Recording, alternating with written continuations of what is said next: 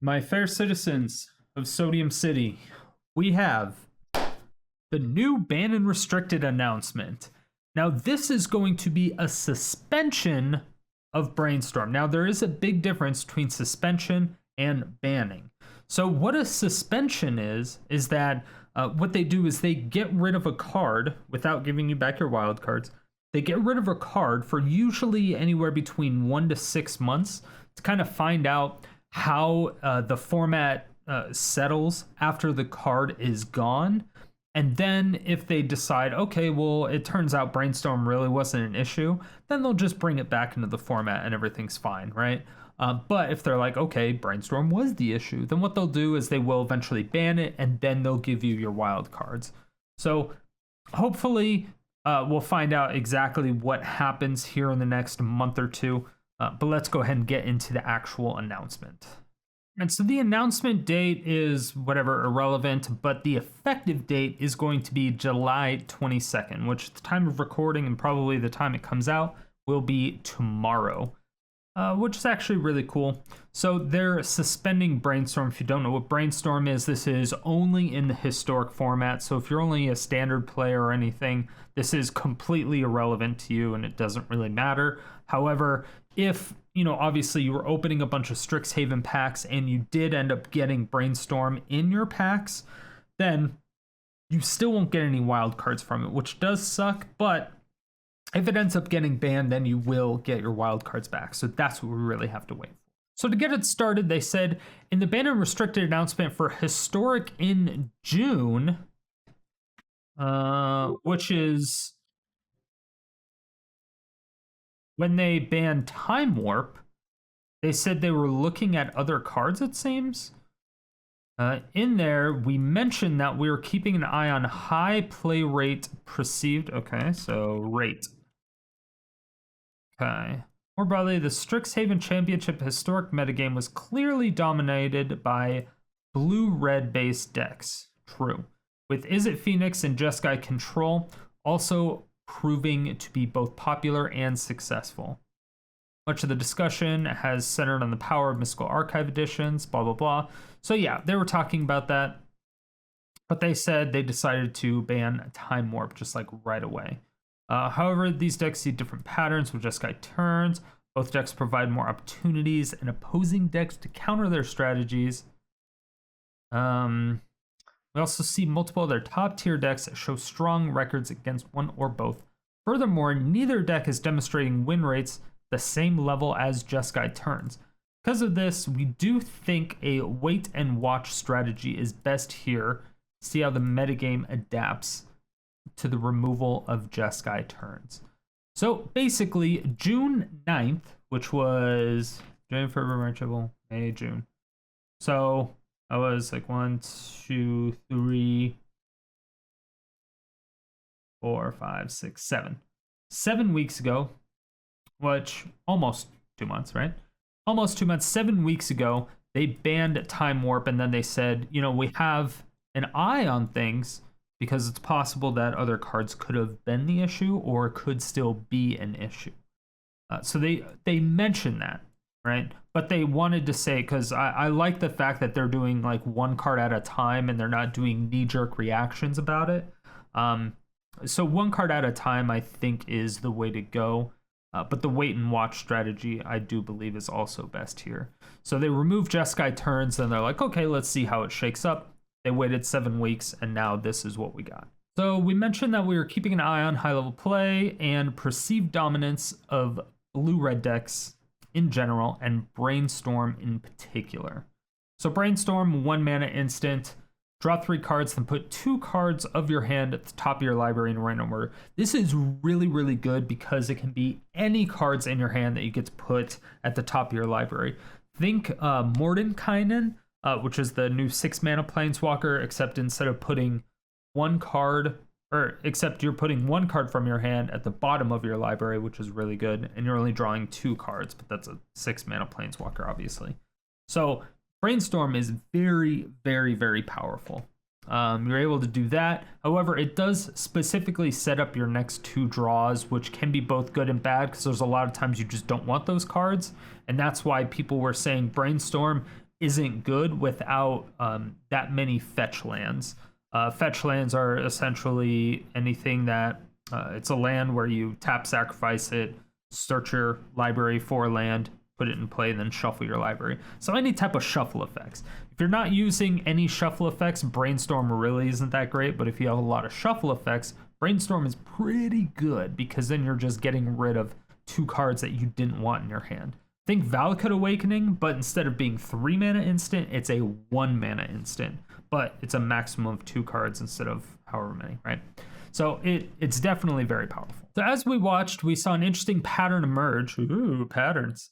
Though decks like Izzet Phoenix and Jeskai Control represented a metagame share that usually indicates a dominantly powerful deck, their win rates have genuinely been fair and healthy. Awesome. I hate control decks. However, we haven't even really had a competitive control deck since I can't even remember. It was like Jeskai Control and I mean we had the Jeskai Turns deck, I guess, but the before Nexus of Fate was banned, I guess would be it. But the Esper Control and Jeskai Control from like way back in the day, like right around Ravnica Allegiance, and right when War of the Spark came out. I think War of the Spark was the last time we had a good control deck. So it was like a couple years ago, probably, something like that. So the win rates have been genuinely fair and healthy. Great. For example, Izzet Phoenix was approximately 30% of the metagame. That's kind of a lot for one specific deck.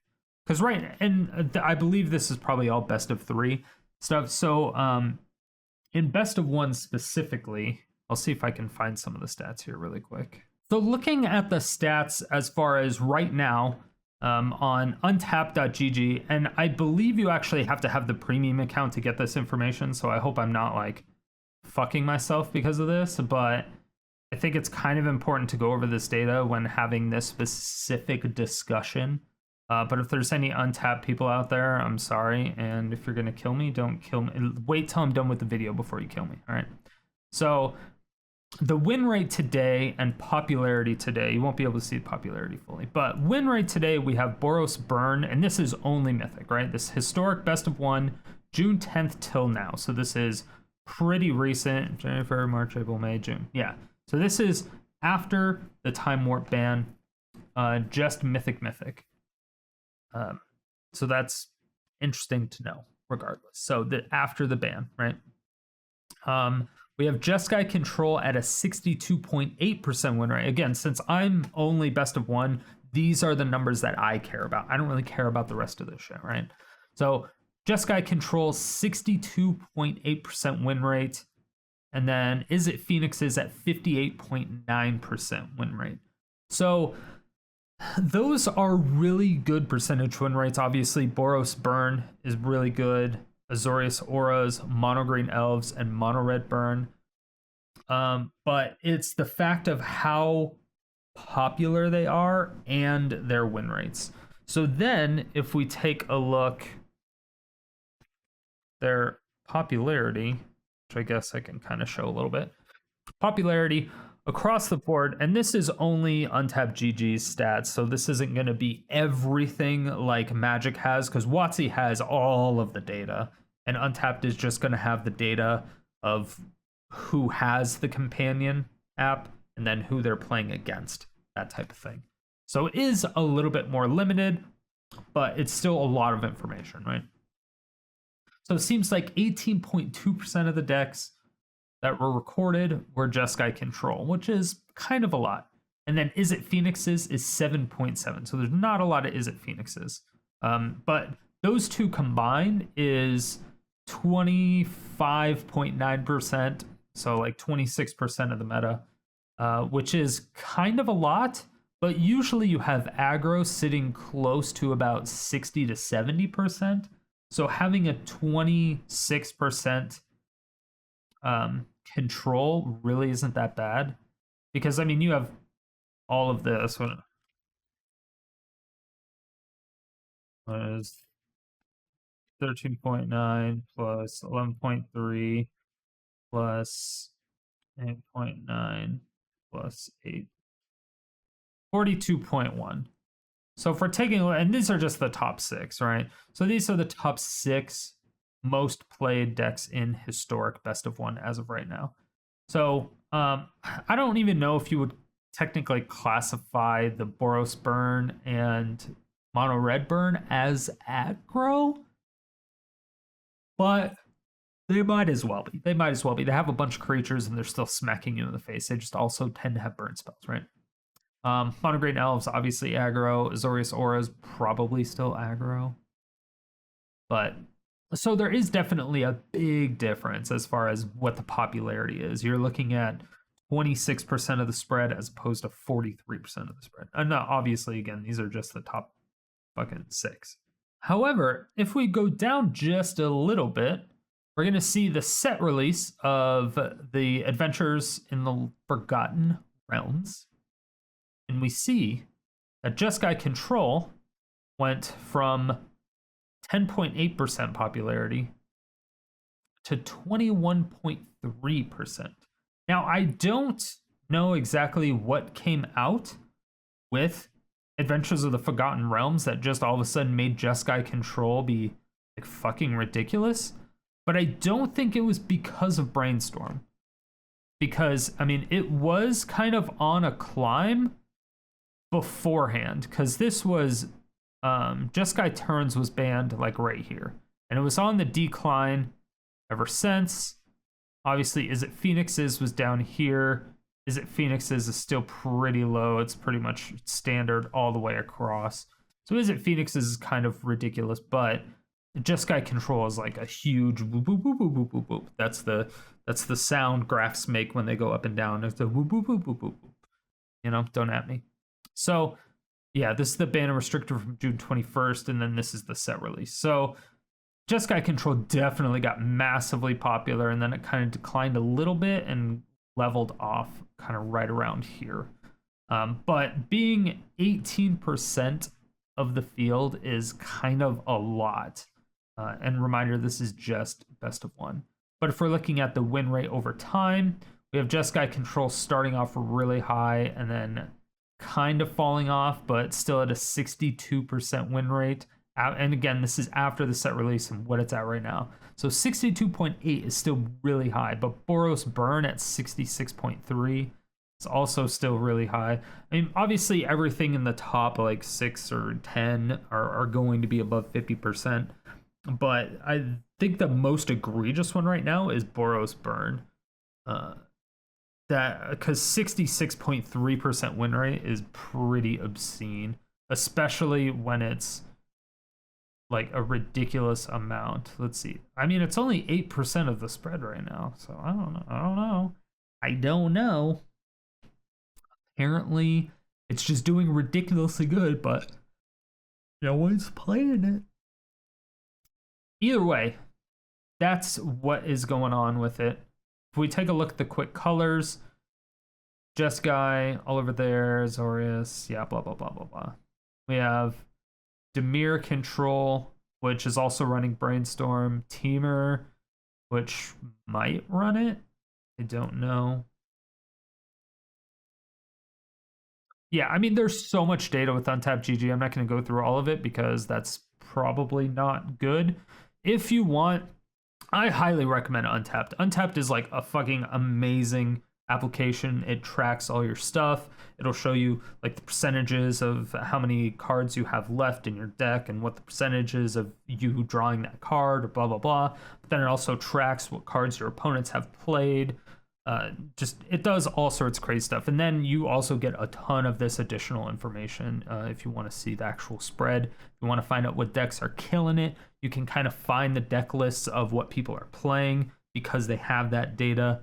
It's awesome. It's good stuff. Buy it. There is a free download, but there's also a premium one if you want to get nitty gritty into the analytics. If you want the analytics. Like I do. That's the good stuff, right? Anyway, I went off in like a giant tangent. I apologize. But I think it was necessary, right? So for example, Is It Phoenix was approximately 30% of the metagame July Strixhaven League weekend. A very high percentage for one deck, true. For one deck, that is pretty high. That is definitely true. But win rate was only 51.5%, which is pretty low. For something that's going to have that much representation and be that low, I mean, obviously, when you're going up against, when it's Is It Phoenix versus Is It Phoenix, it's always going to be 50%. So the fact that there was 30%, it's automatically going to bring the average win rate down, because that brings it down to 50%, right? Because there's going to be one of them that wins, one of them that loses, so it's 50% win rate, just naturally. Because if you have 100 decks in a tournament and 100% of them are Is It Phoenixes, Is It Phoenix has a 50% win rate in that tournament, right? Because math. So I don't know if this 51.5% includes the mirror matches or if it excludes that. They don't specifically say that here. So I don't know. I honestly don't know, because if it does include the mirror matches, then this number could be much higher, depending on how many total ones there are, because they don't really include that information anyway. So there are statistics here, and it's good to see, but it doesn't include all of the statistics in order for us to accurately break down the actual problems, you know. But they are giving some stats, which is kind of nice regardless. So this is far from dominating or threatening, true. This matches our internal data, which consistently shows Is It Phoenixes with a win rate, why do I say win rate? The win rate above 52%, and Jeskai Control having a bit above 51% in a high level best of 3 play. So they don't say what high level best of 3 play is. I don't know what that means. I don't know if that means tournaments only, like if they just went off of MTG Melee data, which is a tournament bracket organization thing, where you can host your own tournaments there and participate in free tournaments that you can get prizes, cash money, stuff like that. So if you haven't checked out MTG Melee and you're interested in tournaments, whether it's standard, historic, whatever, just go to MTG Melee. There's tournaments going on literally every single day, every single time zone. So if you like that stuff, go over there, join it. It's cool, right? But they don't specify what high-level best of 3 play is. This could be just everything in Mythic, which I wouldn't necessarily say is high-level best of 3 play. Because if you're in like 90%, like actually 90% and below, you're running into a ton of jank decks. So if you're including all the stats from that, then Jeskai Control probably have a little bit inflated win rate, mainly because of that. Because if you throw a Jeskai Control deck in against a ton of jank decks, it's going to have a naturally higher win rate, because Jeskai Control just naturally beats out jank decks, just by default. That's just kind of what it does. It's a counter to jank decks. But given the lower win rates for Is It Phoenix and Jeskai Control, and the presence of multiple other archetypes with strong records against both decks and the rest of the field, we expected to see the metagame share these decks decline over time, which does make sense. It should have declined if that was the case. If the win rates were going at like 50%, it should have been much lower. But I'm seeing, in best of one, I'm seeing it at 62 and 61. So the data that I have is a bit different, but again, I don't know if this excludes the mirror matches either. So that's something I will have to talk with Untappd about, because I am not sure. So I'll actually contact them and figure that part out, because I don't know. But regardless, though we saw some reduction, the combined metagame share among high-level players, best of 3 ladder, play declined steadily from 17% in mid-June to 14% most recently.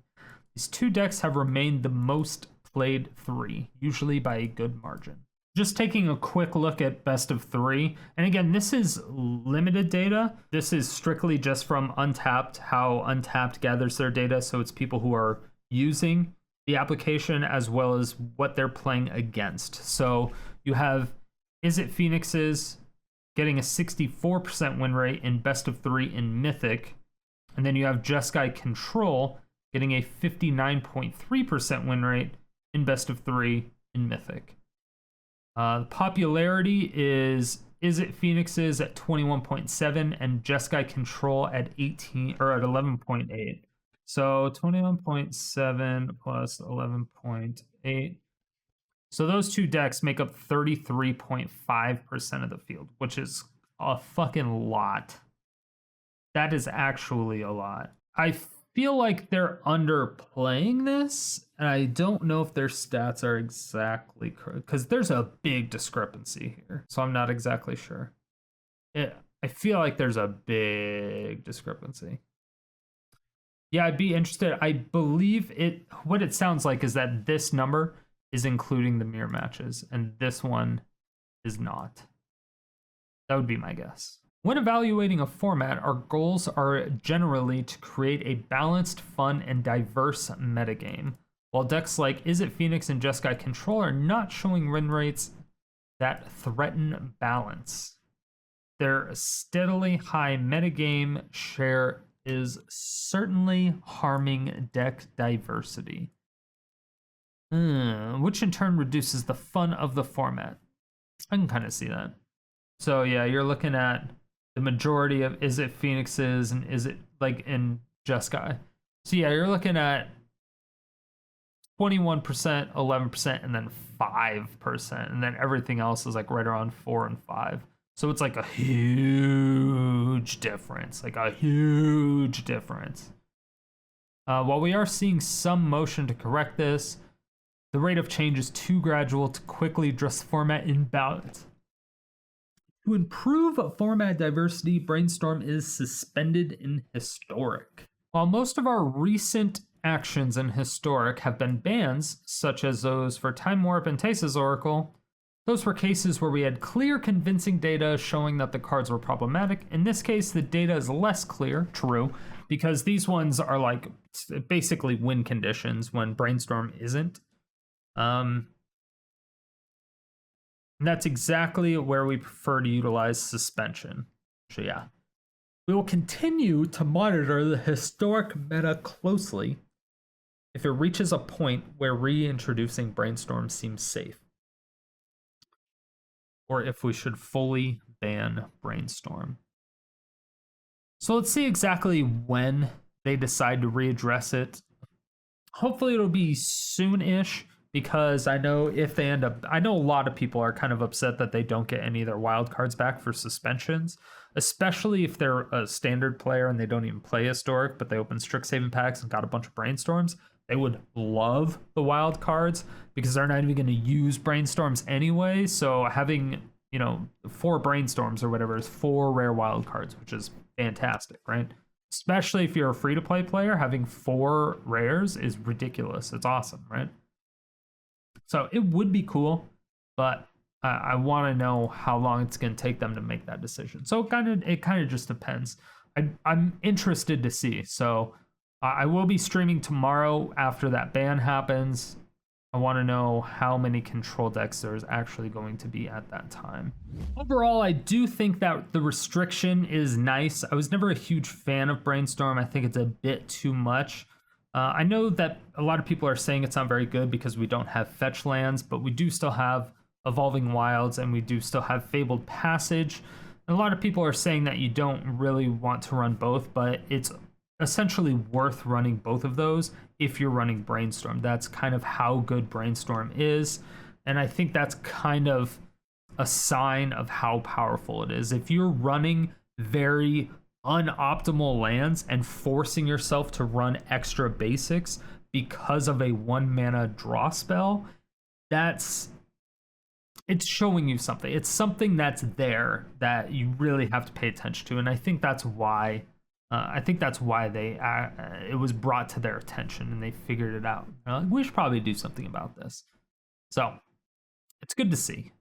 As far as what I directly think about Brainstorm as a card, I think in a format where you have Thoughtseize and Brainstorm, you need Veil of Summer.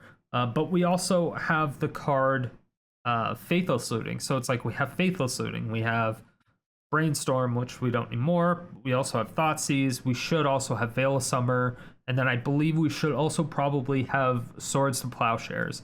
I think if we had all 5 of those, it would probably be okay. Brainstorm is still kind of really, really good. But I think with the other cards, it would kind of balance it out the way they want to. I think they need to unban cards instead of suspending a Brainstorm.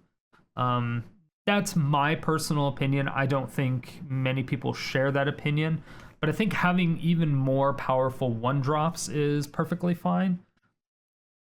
Or more powerful 1-drops that even out the color pie or whatever they call it.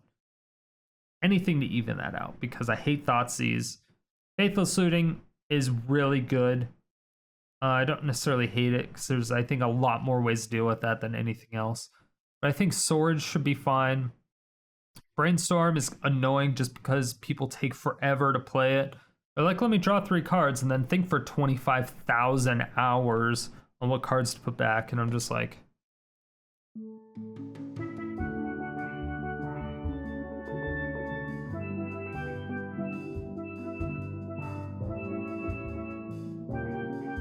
Right? It takes forever because control players are already really fucking slow, but then when they cast Brainstorm, it's like they actually have to think.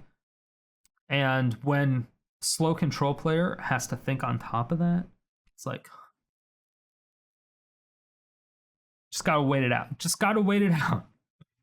So it's nice. Hopefully it picks up the pace of the games.